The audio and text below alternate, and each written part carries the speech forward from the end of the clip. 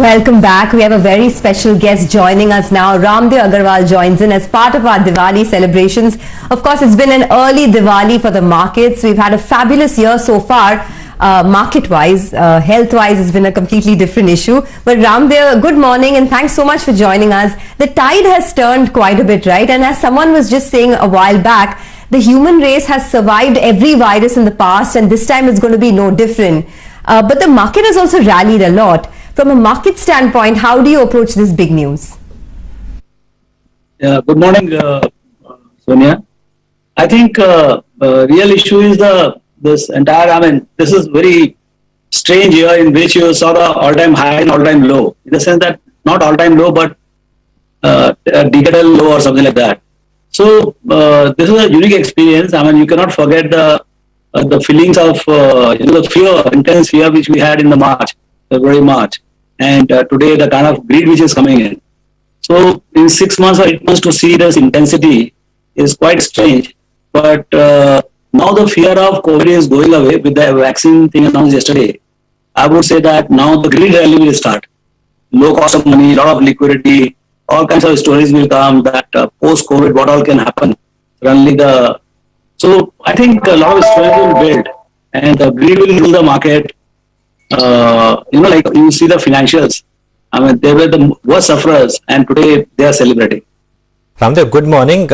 You think we are already not halfway there, especially on the financials? This month we have rallied 17% on the Bank Nifty. That you would know better, Anuj. But I think it's still, except for one or two names, rest all the names are 15-20% below their pre-COVID situations, and so I think it may take a few more months or something like that to go to a new high or something like that. But I think it is the fear which was there, and I think the stocks were just halved or more than 50-60% kind of a decline in the major stocks. So I think the fun of riding the fear and now in cashing in the bull time. You cannot time the whole thing. I realize that it is so tough to sell it high and buy it low, and gather courage to buy it lows. What we saw. That I agree. No, I was going to ask you something similar to what Anuj was asking you. You said that now all kinds of greed will come into the markets as a post-COVID trade, cheap money, liquidity, that argument. Is there already, are parts of the market already too high priced, too much indicating greed?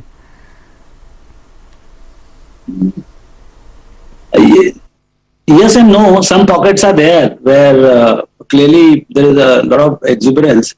But that's what the market will rotate from. In the fear trade was for certain sectors, it was very, very beneficial. And hence people built up whatever is a 1 quarter or 2 quarter event as a, margin expansion of 500 basis points, 600 basis points, top line growth of 30%. So those things now market will come to realization and they'll rethink about those companies, whether they can sustain that. So that's how the market works. There'll be one segment of the market which will be under fear, that will come up now, and the one which was in exuberance, that will go down. So that's the way it works. Yeah, no, Ramdev, I guess you know most of the shares that you like, you know their prices like the back of your hand. So at the moment, where will you hunt for value? Will you look at the NBFC stocks? Only the gold stocks were running up. Will you look at the L&Ts of the world? What will be your vaccine trade? Actually, yesterday's announcement is so sudden that I'm still thinking through. The portfolio is already positioned for recovery. This is just a shot in the arm that the process which was on has got a little bit of a psychological boost, because if it were to happen in next 6 months, it will happen in 6 months. But now there's little more confidence and it is people. But our portfolio is already designed for. So I don't think there is a vaccine trade today. Pfizer vaccine trade, I don't think they're doing anything significant. Got it. So Ramdev, is it time to now take money off, say, pharma, of IT, and put it once again in, the banks, the small finance banks, NBFCs? Yeah, I know. See, actually, the COVID, my sense is that COVID will leave certain changes which will be permanent. And good changes I'm talking about, like say working from home or working from anywhere. I think it has changed the way world works. And now how much change will be permanent and how the world will get redesigned. So like IT, working from anywhere, and the trend to go from phygital to digital, and in a hurry that you want to do it now. You want to do it by way of business strategy rather than as a IT strategy. So I think those changes would be there. So I would say that actually post COVID, the implementation schedule might get further hastened, and you could pick up all the orders which you have got that might get into execution. So IT could be. I would not rule out IT as a kind of a continuing growth story, whatever optimism is built. But other things where like pharma and all, where bit of COVID impact was there, I think that will be. I mean, year on year, it will be very difficult for them to maintain the margin or the sales growth. So there could be some profit taking there. Okay, so that's interesting. I want to just develop on this permanent change theme that you spoke about. In the post-COVID world, do you think autos will be the beneficiary of this permanent change? I mean, more and more people moving to personal mobility, the fear of public transport, will that increase the demand for autos, you think? I think that is also going to be temporary in the sense that COVID is not going to be there, so the fear itself will go away. I mean, main thing is that with the COVID and this vaccine coming or COVID going away, the fear has to go away in the sense that maybe it is 3 months or 6 months, I don't know. But really fear will not be there. So the natural behavior of low-cost public transport, all those things will come back. But the real change I see is the liquidity and the cost of liquidity. If we have the kind of a liquidity which is there, unprecedented in the sense that big corporates can borrow at 3-4%, or your housing loan is available for 6.5-7%. I think, and they're trying to push it down even further. So I think that is what is more. I would say nothing is permanent, but that is more permanent, and that will have a lot more impact on the business workings of the corporates. You see the interest cost slashing in this quarter of the major corporates and the cash flow.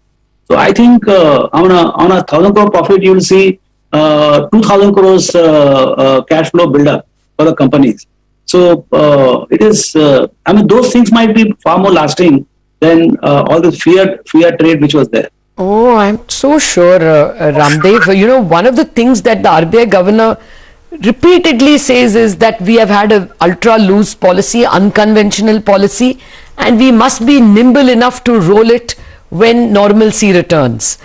For a normal economy like India, 4% money will not be something that I think the regulators will allow. But let's wait and see. See, yesterday what rose most? US yields. They almost went to 1%, 0.95. So would you bet on 4% interest rates in 21?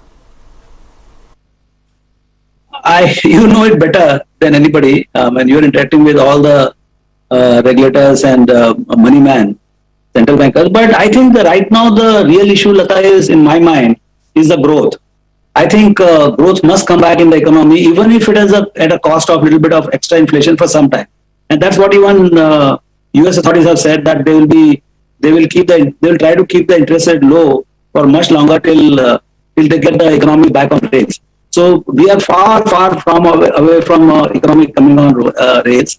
I mean, there is no quarter in which it is quite some time that we have a normal 7-8% growth. So I would say that it is in foreseeable future we are going to see much more accommodative policy for the liquidity as well as cost, even at the cost of a little bit of extra inflation. No, I'm not privy to what the regulator is thinking. I'm just quoting the previous statement that they made in their statement, that we have to be very careful that we can't allow too much money to be lying around when normalcy returns, when credit offtake picks up. And today, actually, the bond yields are up by I think a few basis points. They've reached to 5.9 again on the 10-year. But Ramdev, if you're betting that this is a new normal, the cost of money, are you picking up realty? I mean, my friends have been calling me. They are saying that the bounce back in realty is for real. I mean, leave aside NCR and Mumbai where large tickets are there. But otherwise, in the rest of the country, I think there is a good pickup in the activity in the real estate. So, I mean, I'm not looking at any stocks particularly, but maybe we'll play through cement or steel or something else, which might be proxy to the construction.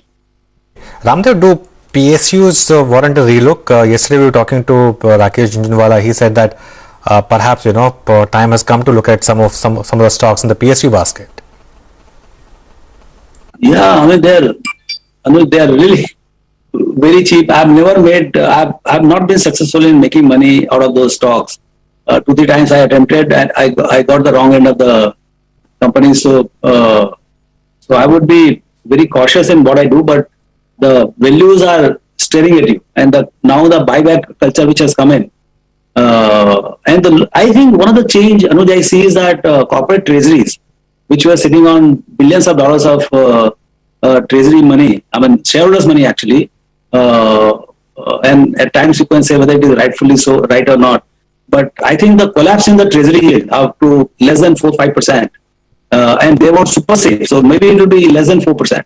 I think it is going to be tough for them to really, I mean, they would not like to hold any more liquidity. So even if somebody is sitting on 30,000 crores, they might continue with 30,000 crores, but the next year they will pay out 100%.